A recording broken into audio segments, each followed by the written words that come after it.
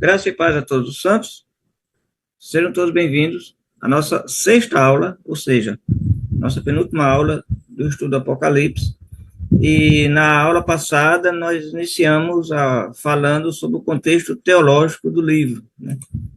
O contexto teológico é basicamente Deus dizendo para a igreja por que essas coisas estavam acontecendo do ponto de vista divino. Porque do ponto de vista histórico, os irmãos estavam vendo e entendendo tudo que estava acontecendo, né? Eles estavam sendo perseguidos, eles estavam sendo caçados, eles estavam sendo ridicularizados pelos romanos. Isso era terrível, mas qual a explicação de Deus para essas coisas estarem acontecendo?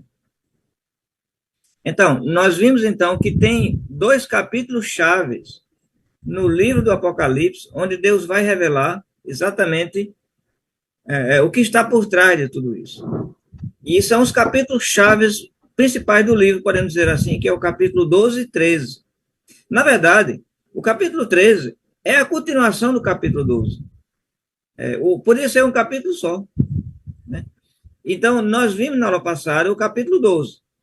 No capítulo 12, Deus conta, através de figuras e imagens, que quando Jesus nasce, foi Satanás que tentou eliminá-lo da sua missão. Mas Deus o protegeu e a missão de Cristo foi bem sucedida, ressuscitando ele e sendo coroado nos céus.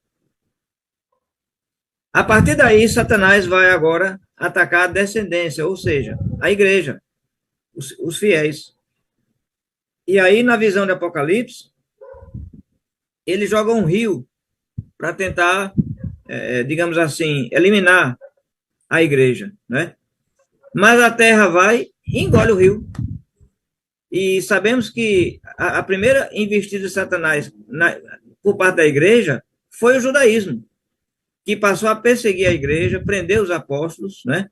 Os judeus mataram Estevão, né? E eles passaram a ter uma perseguição feroz contra a igreja. Após a conversão de Saulo, onde ele é feito apóstolo, os judeus também não param e tentaram matá-lo. Mas o que aconteceu, que da própria terra, a terra foi engolir esse rio, essa água, esse rio que o Satanás jogou contra a igreja. Bem, o que nós encontramos na história foi um trágico acontecimento que praticamente abafou, dizimou, ou digamos assim, quebrou totalmente as pernas do judaísmo, que foi a destruição de Jerusalém pelos romanos. Os próprios romanos, né, foram lá e destruíram Jerusalém e o templo, conforme Jesus já tinha predito, profetizado. E a partir disso, o judaísmo praticamente não teve mais toda aquela força de perseguir a igreja. Então, foi mais uma tentativa frustrada de Satanás, né? Foi mais uma tentativa frustrada de Satanás. E o que ele vai fazer agora? Então, é aí que eu quero que vocês agora abram, certo? Deixa eu compartilhar aqui também, certo? Eu quero que vocês abram no livro de Apocalipse, né? O livro de Apocalipse, voltando para o capítulo 12, né? Voltando para o capítulo 12, certo? Mas vamos para o final do capítulo 12 e vamos ver então o que é que revela agora, qual vai ser a atitude agora de Satanás, né? Então, estou compartilhando aqui também a Bíblia, certo? Vou aumentar um pouco aqui.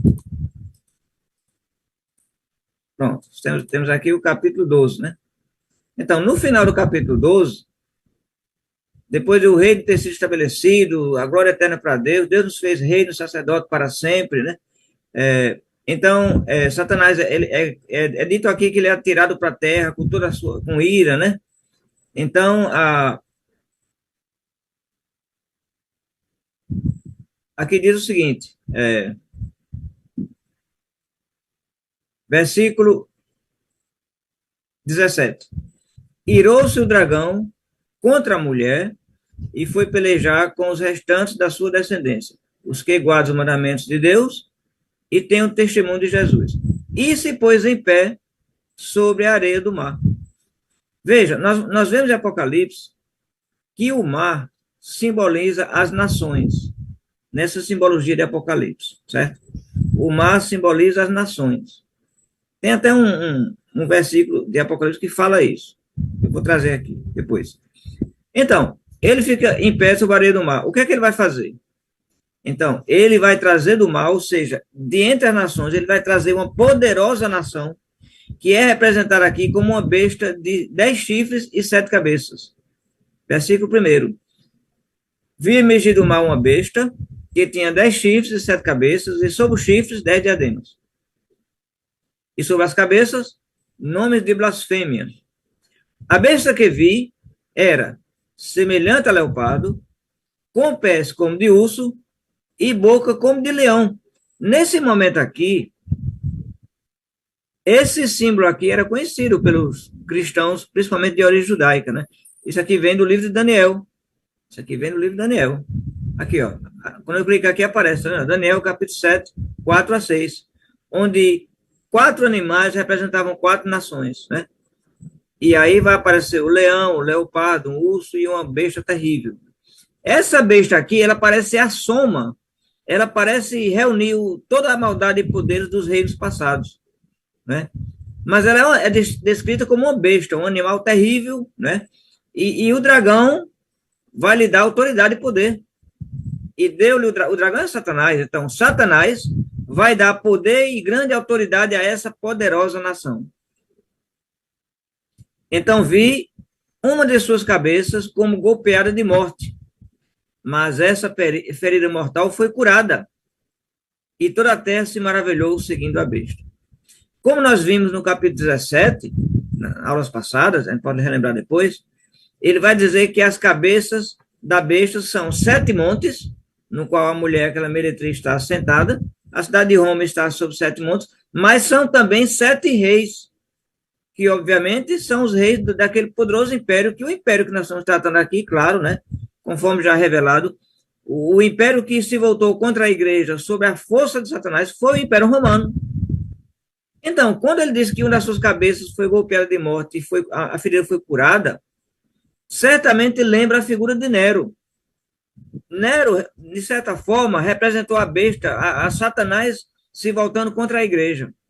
Só que Nero ele não conseguiu ir à frente. Ele se suicida, porque ele teve aquela questão de incêndio de Roma e muitas outras loucuras que ele fez, né? O próprio governo romano tratou de eliminá-lo, e ele se viu pressionado, então Nero comete suicídio.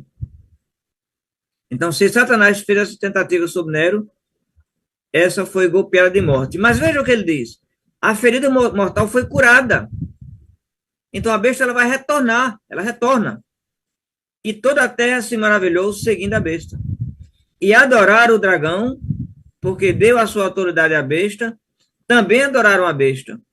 Então, quem adora a besta, adora o dragão. Quem adora o dragão, adora a besta. A besta é o Império Romano. Quem participa da religião romana, da adoração aos imperadores, estava adorando Satanás, como qualquer ídolo também, sabemos disso, né? Mas era isso que se diziam. Quem é semelhante à besta?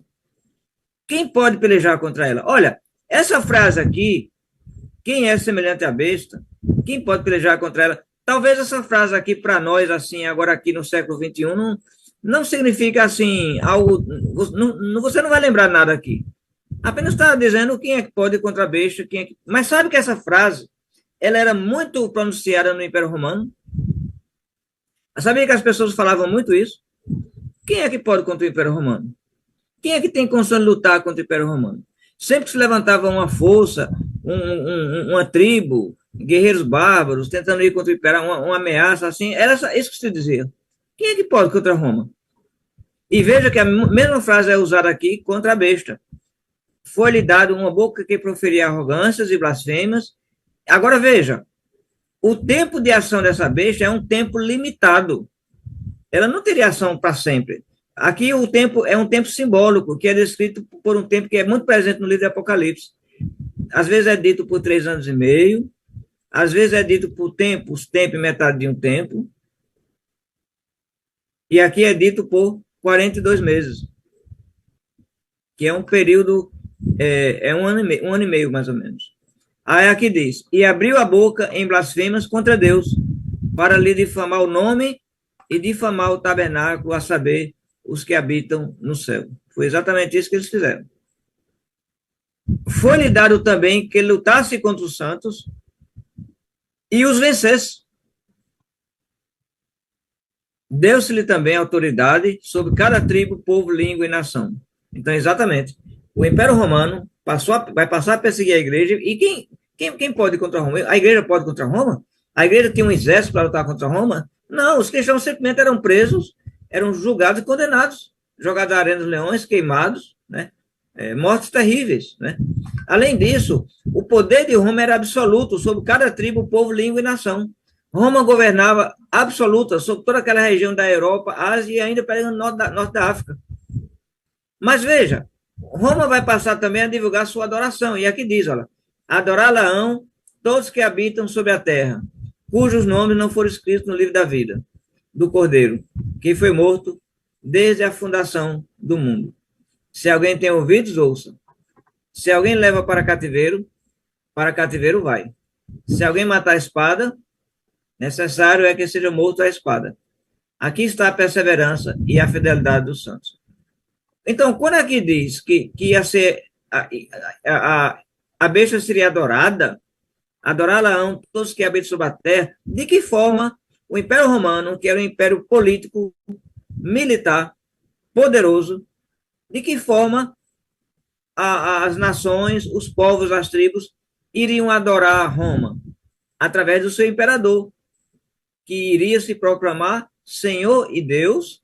Ao fazer isso, ele estava afrontando o Deus verdadeiro, o tabernáculo, aqueles que habitam no céu. E ao fazer isso, ele iria exigir de todos do império que o adorassem. Ele não está exigindo que eles abandonem suas religiões. Roma respeita todas as formas de religiões, mas apenas está dizendo que cada um ia ter que prestar também adoração e queimar incenso no altar, levar ofertas ao imperador romano, certo?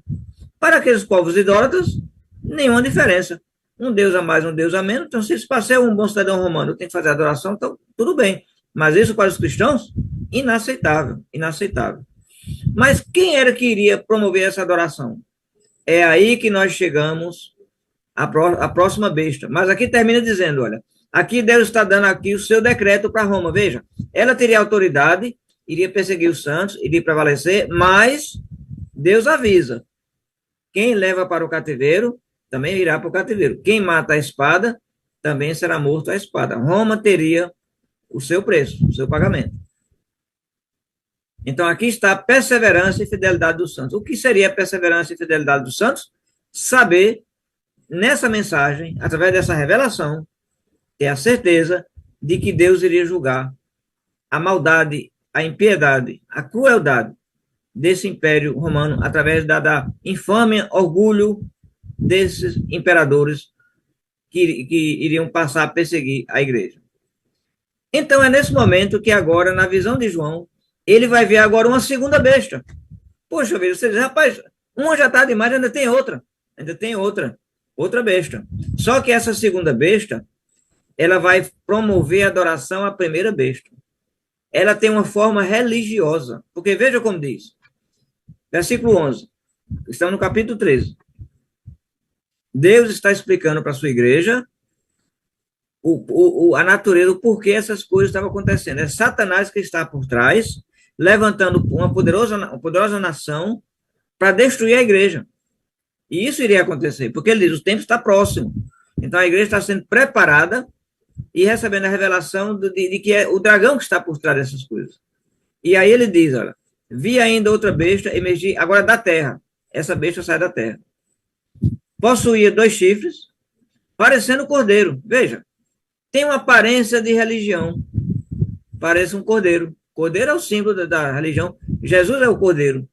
Mas esse cordeiro aqui, ele é um pouco diferente, entendeu? Ele não é o cordeiro, aquele cordeiro que aparece no capítulo 5 de Apocalipse, né? Que foi morto, mas voltou a viver e recebe adoração lá no céu. Não. Esse cordeiro aqui, ele é um pouco diferente. Ele tem alguma coisa aqui, por quê? Mas ele tem 2 chifres. O cordeiro tem 2 chifres. Mas repare, quando ele fala, Aqui diz o que, olha? Mas falava como dragão. Epa, esse cordeiro aí está diferente. Ele fala como dragão. Mas o dragão é Satanás. Então, esse cordeiro é uma personificação de Satanás. E veja o que é que ele faz. Exerce toda a autoridade da primeira besta na sua presença. Faz com que a terra e os seus adoradores adorem a primeira besta, cuja ferida mortal foi curada. Então, veja, essa besta, ela vai promover a adoração. Então, é uma forma religiosa que vai promover a adoração a essa primeira besta. Ou seja, Roma iria implementar sua religião com toda a força, seus sacerdotes, seus santuários, em todo o império, para promover essa adoração. E operando sinais, para poder impressionar o povo. Veja, também opera grandes sinais, de maneira que até fogo do céu faz descer a terra, diante dos homens, seduz os que habitam sobre a terra, por causa dos sinais que ele foi dado a executar diante da besta, dizendo aos que habitam sobre a terra que façam uma imagem à besta. Aquela que ferida a espada sobreviveu. Interessante, né? A religião romana, certo? Ela promovia a abertura de santuários. Na verdade, já havia santuários para os imperadores. O imperador Tibério tinha um santuário, né? E Augusto tinha um santuário de adoração. E fazia-se a imagem do imperador. Então, agora também iria fazer a imagem do imperador romano para que todos adorassem. E foi-lhe dado comunicar fogo à imagem da besta, para que não só a imagem falasse, mas que ainda, veja, fizesse morrer quantos não adorassem a imagem da besta. Então, essa religião vai exatamente identificar quem são aqueles que não vão adorar, porque vão ser tidos como subversores, traidores, desertores, e esses seriam execrados, seriam condenados, seriam sacrificados, seriam mortos. E a igreja se encontra nessa situação. A todos, os pequenos e os grandes, os ricos e os pobres, os livres e os escravos, faz que lhes seja dada certa marca sobre a mão direita ou sobre a fronte, para que ninguém possa comprar ou vender, senão aquele que tem a marca, o nome da besta ou o número do seu nome. Veja bem, essa marca aqui, veja, entenda, você está lendo uma descrição simbólica de algo que estava para acontecer na terra contra a igreja, mas isso aqui é uma descrição simbólica. Então, Roma nunca chegou marcando os seus moradores, literalmente, colocando marca em ninguém. Isso não aconteceu dessa forma, tá bom? Mas isso aqui tem um significado. O que nós sabemos pela história, certo? O que nós temos de informação histórica confirmada é que o Império Romano produzia um documento, certo? Produzia um documento. Eu tenho um registro disso nos meus estudos. Um documento oficial. Todo aquele que era participante da adoração tinha esse documento. Então, Roma não ia simplesmente dizer assim, olha, é para você adorar e acabou. Tinha gente que não ia adorar. Não, Roma era como um controle do CPF, tá entendendo? Todo adorador tinha esse documento. E esse documento permitia você... Era como o CPF hoje, entendeu? Sem o CPF, o que é que você faz? Me diga. O que é que você faz? Você fica praticamente privado de muitas coisas. Então, Roma produzia esse documento. E cristãos ficaram impedidos de até de negociar, de comprar, de vender. Os negócios dos cristãos são boicotados porque eles são vistos como traidores da pátria por não participar da adoração. E realmente os cristãos ficaram literalmente com essa dificuldade de compra e venda por conta dessa imposição romana na sua adoração. E esse documento produzido por Roma, que todos os romanos tinham que ter, certo? Então, isso podemos dizer que isso aconteceu literalmente, mas não da forma descrita aqui. Mas, realmente, Roma tinha um controle. É como se a marca da besta fosse o documento da adoração romana. Agora, veja o que ele diz no versículo 18. Aqui está a sabedoria. Aquele que tem entendimento, calcule o número da besta, pois é número de homem. Veja, nós temos dois significados aqui, certo? Primeiro, a besta tem um número. O número vai identificar a origem da besta. Como a besta tem esse poder? por que ela está se voltando contra a igreja? O que está por trás da besta? Quem é que manipula a besta? Esse número vai dar essa resposta. Mas só que também ele vai dizer, olha, é número de homem. É número de homem. O que significa isso? Todo aquele poderio romano estava representado na figura de um homem. Não é um dragão de verdade. Não é um ser místico. Não eram espíritos que estavam caminhando. Era homem. Era um homem. O imperador César, ele era o quê? Ele era um animal? Ele era um homem passível de morte. Lembra Nero, que era escrito lá em Atos capítulo 12, que é todo orgulhoso, falando como Deus, adoeceu e morreu comido por vermes. Então, exatamente é isso que está dizendo. Olha, é homem.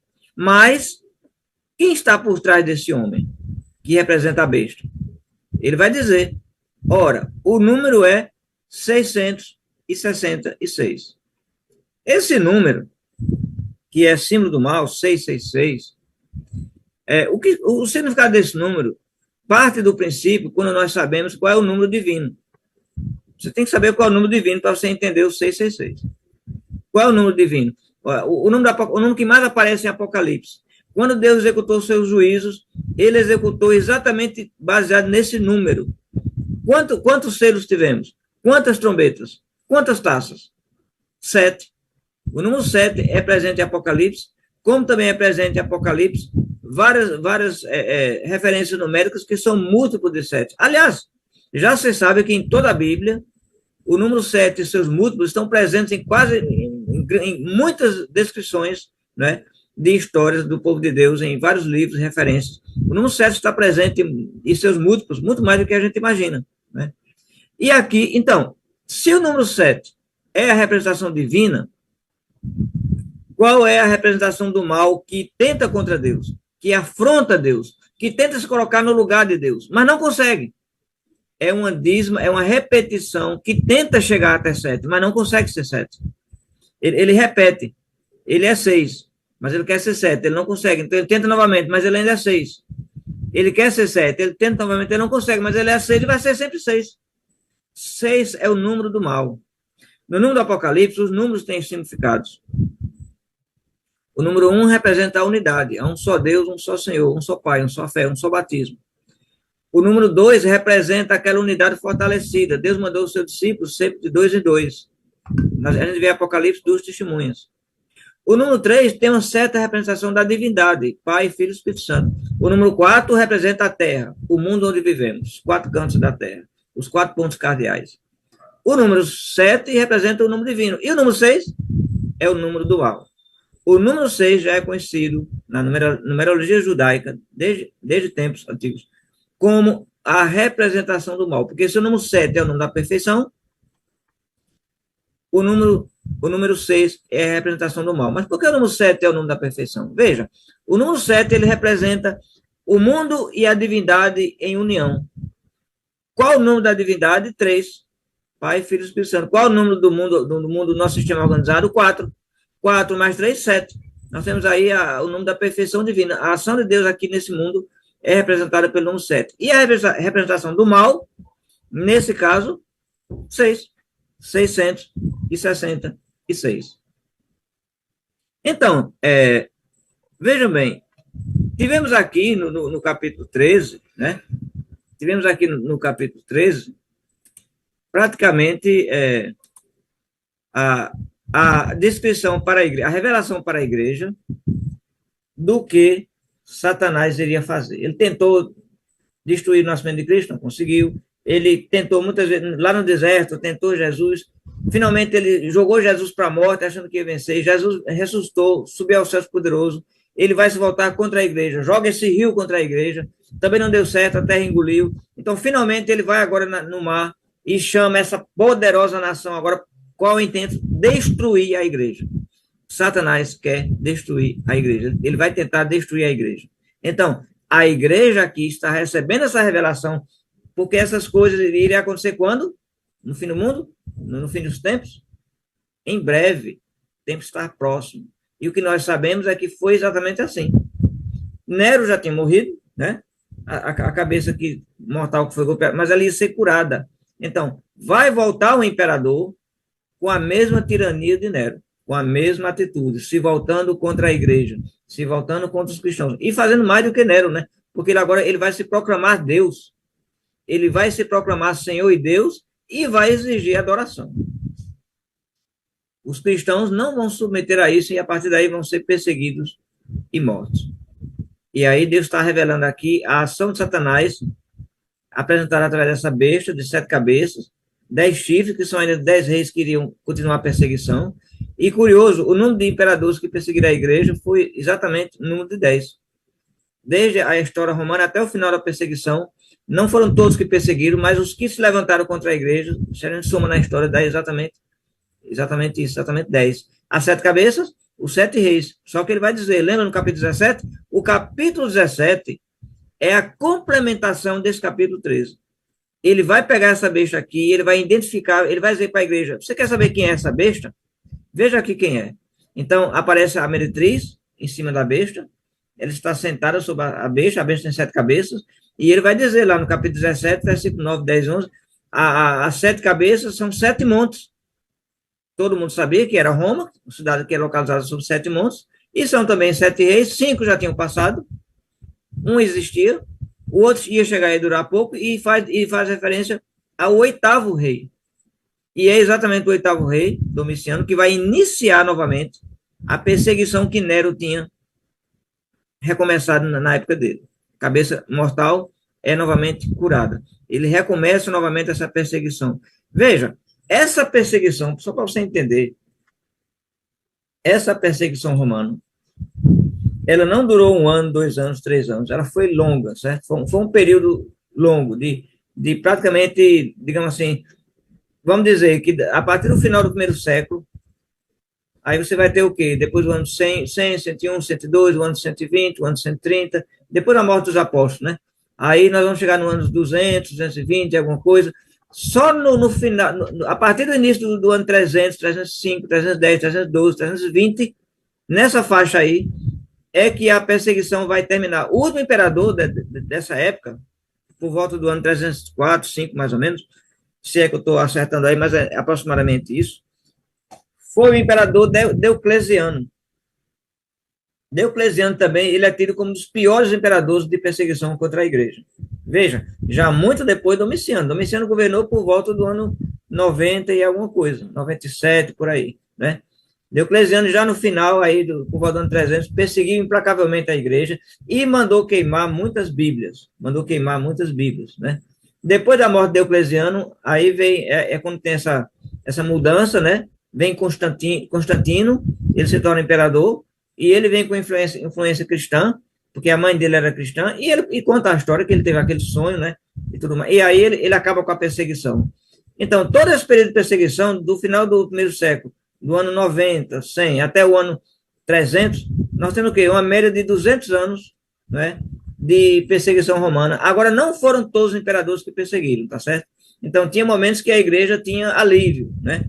Teve imperadores que eles fizeram simplesmente o seguinte, eles disseram, olha, se houver denúncia contra cristãos, eles serão presos e mortos. Ele aceitava denúncias, mas ele não estava, assim, atuando para perseguir cristãos, né? E aí era difícil, porque muitas vezes qualquer pessoa, qualquer grupo, qualquer romano, insatisfeito com qualquer atividade da igreja, denunciava para o governo, os guardas romanos iam lá e praticamente, né, prendiam e matavam, entendeu? Então, havia essa dificuldade também. Já outros levantavam com perseguição mais feroz.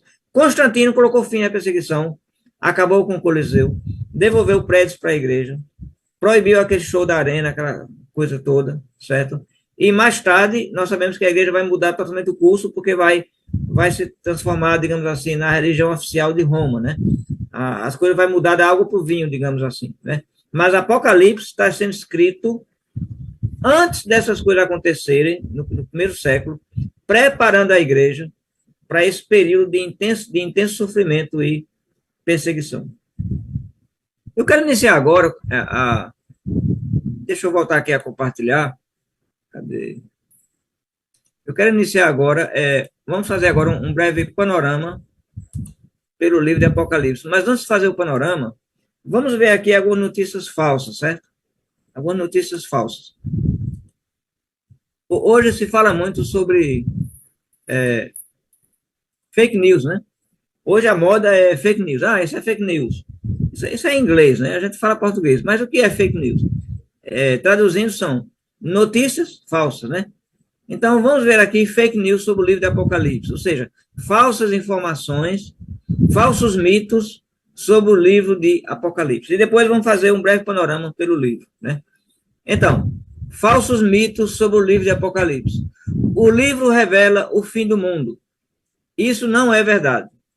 Isso não é verdade. O livro não revela o fim do mundo. O livro não revela quando Jesus vem. Quando é que Jesus vem? Isso está no Apocalipse? Não, de forma nenhuma, né? Apocalipse está revelando o que iria acontecer em breve para aqueles irmãos no primeiro século. Coisas que em breve iriam acontecer, não coisas do fim do mundo. Agora, é verdade que o livro fala de julgamento, ele fala do trono branco, ele fala das almas sendo colocadas dentro do livro, sendo julgadas pelas suas obras, ele fala do lago de fogo, ele vai falar do dragão e a besta sendo jogado no lago de fogo, como todo aquele que não é fiel, que pratica mentira, os adúlteros, os mentirosos, os covardes são jogados no lago de fogo. Então, isso aí pode ser entendido por alguns como uma descrição do julgamento final, certo? Tá certo isso aí. Agora, querer dizer que o livro revela exatamente tudo que vai acontecer no final dos tempos, guerras, conflitos, né? Não, os conflitos aqui estavam dentro do contexto histórico que a igreja iria passar. Não está falando que no final do mundo vai sair uma besta, que nós vamos ser perseguidos, né? O livro não está revelando isso. Então, isso não é verdade. O livro revela o anticristo. Mentira. Onde é que o livro revela o anticristo? Ele apenas falou ali que a besta era o número de homens, 666. 666 é a representação do mal. Não tem nenhuma referência ali com questão do anticristo. Aliás, quem fala do anticristo é quem também escreveu o Apocalipse, o apóstolo João, mas não em Apocalipse. Ele vai falar das duas cartas que ele escreveu, na carta de 1 João, na carta de 2 João, eu não lembro bem se 3 João também, mas nas cartas joaninas, João vai falar sobre o anticristo, e não é nada disso que é falado sobre fim de mundo, né? Pessoas que eram falsos profetas que estavam sendo contra Cristo, mentindo sobre a natureza espiritual de Cristo, né? Então, o livro do Apocalipse, de forma nenhuma, revela nada de que vai surgir um anticristo no final dos tempos, que vai perseguir. Ele não fala disso aí. E isso é uma outra interpretação fantasiosa, baseada em um famoso teólogo do passado, que criou toda essa construção dessa interpretação, e que muitos hoje adotam, né? Mas que isso nunca teve presente na igreja antiga, isso é novo, né? E o livro do Apocalipse, de forma nenhuma, está revelando nada sobre isso. O livro revela conflitos mundiais no futuro. Mentira. O livro não está falando de conflitos mundiais, de guerras de nações, de forma nenhuma. O livro está falando, os dois personagens centrais são a igreja e a besta que está atentando contra a igreja, que é o império, que é uma nação poderosa, que foi Roma que fez isso contra a igreja. O dragão está de um lado, o cordeiro está de outro. O cordeiro está sobre a sua igreja, o dragão está sobre a besta. A besta tenta destruir a igreja, mas Jesus é vencedor. E Apocalipse mostra Jesus como um cavaleiro no seu cavalo branco, vencedor, e a igreja seria preservada. Agora é verdade, muitos iriam morrer. E Apocalipse não esconde isso. Mas a igreja, a visão que João mostra é as almas radiantes, vencedoras, no trono de Deus, cheio de paz, de hinos. Essa é a visão que a igreja tem, sabendo que essa terra aqui, isso é coisa passageira, eles foram chamados para o céu. Então, essa fé fez com que aqueles irmãos entendessem tudo o que estava acontecendo e fossem resistentes, fossem perseverantes na fé. O livro é um mistério. Mentira. Nós estamos vendo aqui, não é nada de mistério. Tudo está sendo revelado. Só que a linguagem não é a nossa linguagem, não é aquelas coisas, não é diretamente, é através de símbolos, mas são símbolos que eram compreensíveis, porque são símbolos que estão presentes na Bíblia, principalmente no Antigo Testamento. Então, são símbolos que os irmãos facilmente puderam traduzir. Então, carta às igrejas, ao anjo de cada igreja. Então, cada representante da igreja, cada mensageiro, leu a carta e explicou a carta para a igreja. Os irmãos entenderam e tiveram toda a fé e perseverança necessária para enfrentar. Olha, não há coisa melhor do que enfrentar o sofrimento sabendo que Deus está com você. Você não está abandonado. A igreja precisava disso. Já pensou você pensar que Deus abandonou? Você está entregue à própria sorte? Não. Esse desespero a igreja não teve. Eles sabiam. Deus prometeu. Deus revelou. Deus explicou tudo o que estava acontecendo. Deus teve esse cuidado, através de detalhes, de revelar para a igreja tudo o que estava para acontecer, para que eles entendessem e, compreendendo isso, tivessem fé, coragem, determinação para enfrentar tudo isso.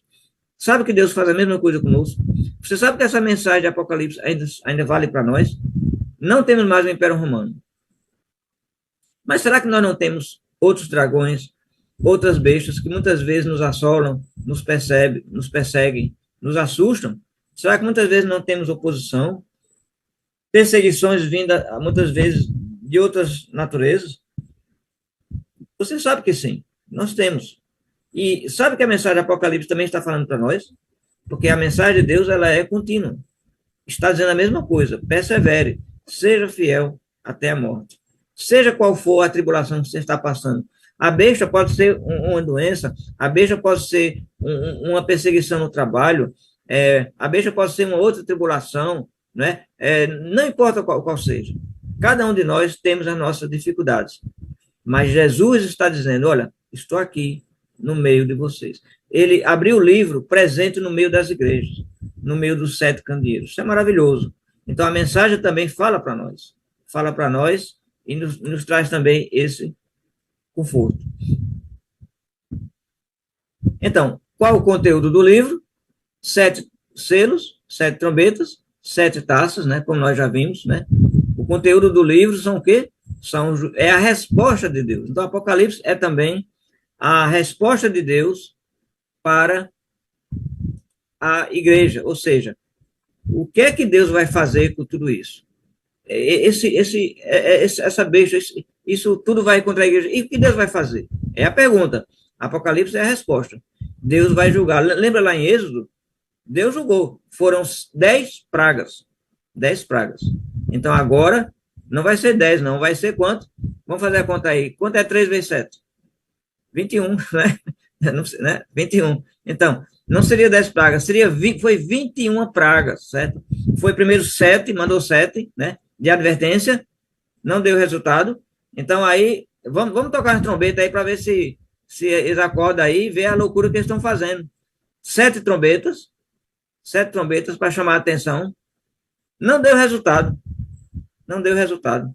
Mas você pode pensar, mas como é que os romanos, que não entendiam nada de Bíblia, não liam a Bíblia, como é que eles iam entender? Iam entender sim. Sabe como é que eles iam entender? Eu vou dizer a você. Imagine que nós somos romanos, tá bom? Vamos fazer de conta aqui que nós somos romanos. Nós somos aqui, vamos dizer que Márcio é um senador, vamos dizer que Adélito é lá um importante de Roma, entendeu? Vamos dizer que eu sou um chefe de um centurião romano e tudo mais, né? Então vamos dizer que nós somos aqui romanos, tá bom? E então vamos dizer que as coisas estão dando errado. Não está fácil, não, entendeu? Problemas, dificuldades, guerra o tempo todo, problemas econômicos, corrupção, problemas nas colheitas, nas embarcações e tudo mais. Qual o pensamento romano? Veja, os romanos acreditavam em deuses, como todo aquele povo politeísta, acreditavam em deuses, né? Então o pensamento era o seguinte: os deuses não estão satisfeitos. O que será? Onde é que nós estamos errando? Então, será que alguém não chegou lá e disse, olha, será que a gente não estamos ofendendo algum Deus? Será que alguém não pensou isso e alguém teria dito, olha, vocês estão perseguindo aí esse povo, será que não é o Deus deles que está se voltando contra nós? Então, de certa forma, Deus estava mostrando para eles que era isso mesmo, né? Mas, se eles pensaram isso ou não, eu não sei. Estou apenas aqui imaginando. Se eles pensaram isso, eu não sei. Mas se pensaram ou não, o fato é que não houve arrependimento. E aí, finalmente, vem a última série de castigo, que são as 7 taças. E aí o decreto é derramado. A partir daí, Roma vai ser aquele soldado, entendeu? Ferido, que ainda sai cambaleando, andando por um tempo, sabe? Se agarrando aí, sabe? Já ferido, o sangue já derramando, entendeu? E mais à frente vai cair. Pronto. Isso vai ser Roma depois do juízo de Deus. Qualquer pessoa hoje que pegar a história romana vai ver exatamente isso mesmo. O gráfico romano é uma descida. De poder e glória na época do primeiro século, a partir do segundo, terceiro século, é só ladeira abaixo. Vai se quebrando completamente, fragmentando, ficando fraco. Passa a ser um império fraco. Na época de Constantino, não era mais aquele império de antes. Foi o que aconteceu com o Império de Roma. As ações divinas, poder de Deus. Eles confrontaram o Deus Altíssimo ao se voltar contra o povo de Deus. Veja, você que está aqui nessa aula, nós somos preciosos para Deus. Deus tem o maior cuidado conosco. Deus cuida de nós. Nunca perca essa certeza. Deus cuida de nós. Deus sabe quem nós somos. Deus sabe quem você é. Deus sabe o que você está passando. Se ele fez aquilo com a igreja no primeiro século, ele continua hoje atento à sua igreja. Mas, para isso, precisa que você também permaneça nela. Não se deixe abater, não se deixe vencer pelas tribulações da vida, por esses problemas. Não faça isso. Continue firme, porque Jesus está no meio de suas igrejas, como ele estava no meio ali daquelas 7 igrejas. Ele está hoje no meio das suas igrejas. As igrejas são os candeeiros, nós somos as luzes. Continue fiel. Na próxima aula, nós vamos fazer um panorama sobre todo o livro, e eu vou estar deixando também esses slides em PDF, e vou também colocar um estudo em PDF com tudo isso que nós falamos aqui e mais detalhes. Firme na fé, em nome do Senhor Jesus. Ser fiel até a morte, e te darei a coroa da vida. Louvado seja Deus, para sempre seja louvado. Amém. Amém. Amém.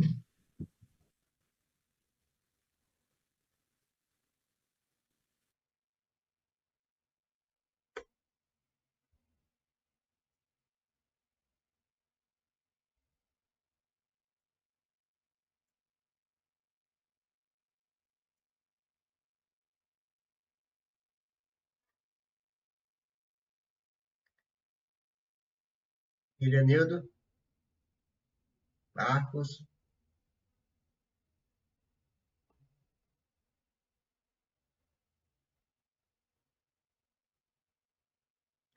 não está saindo o áudio de vocês nem a imagem.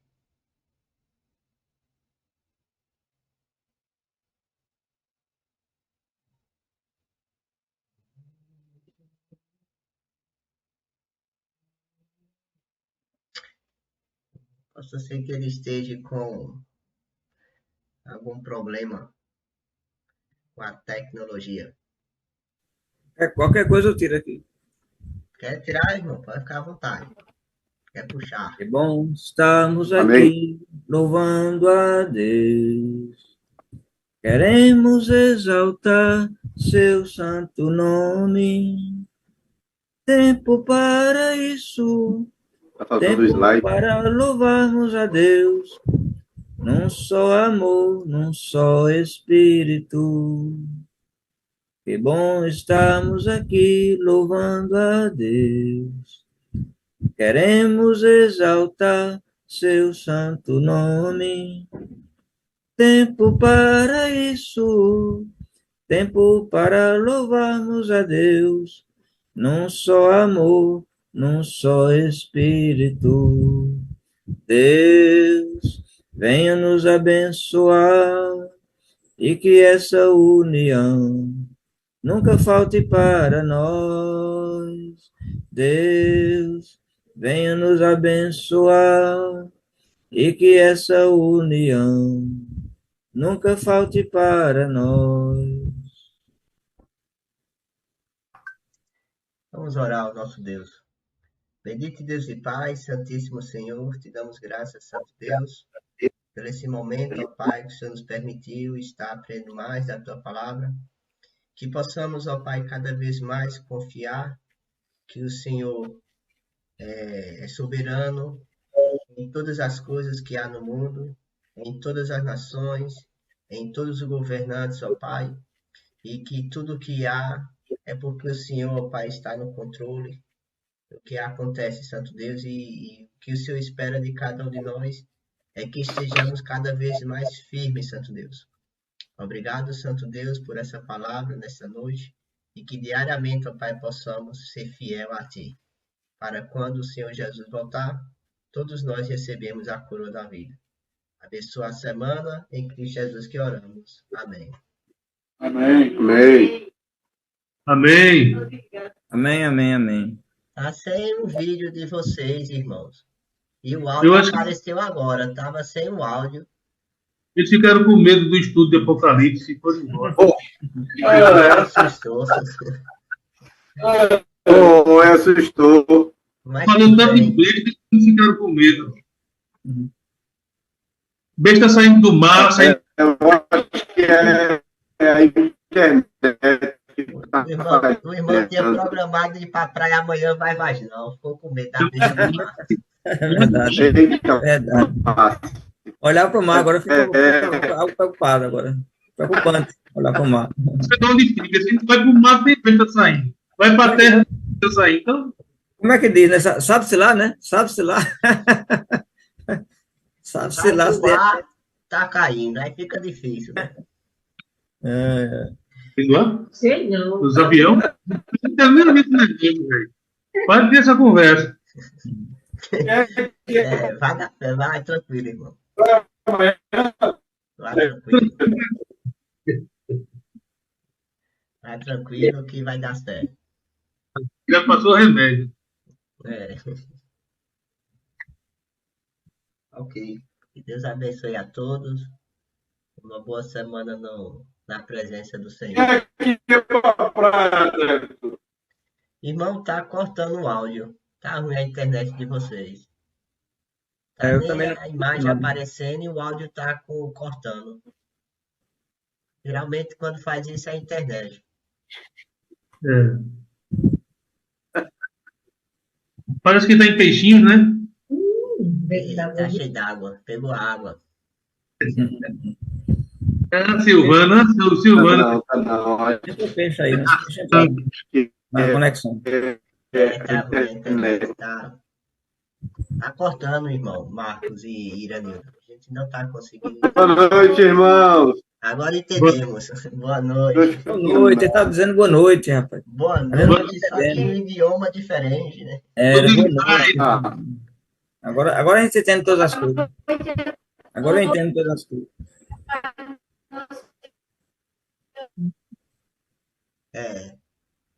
Fica difícil.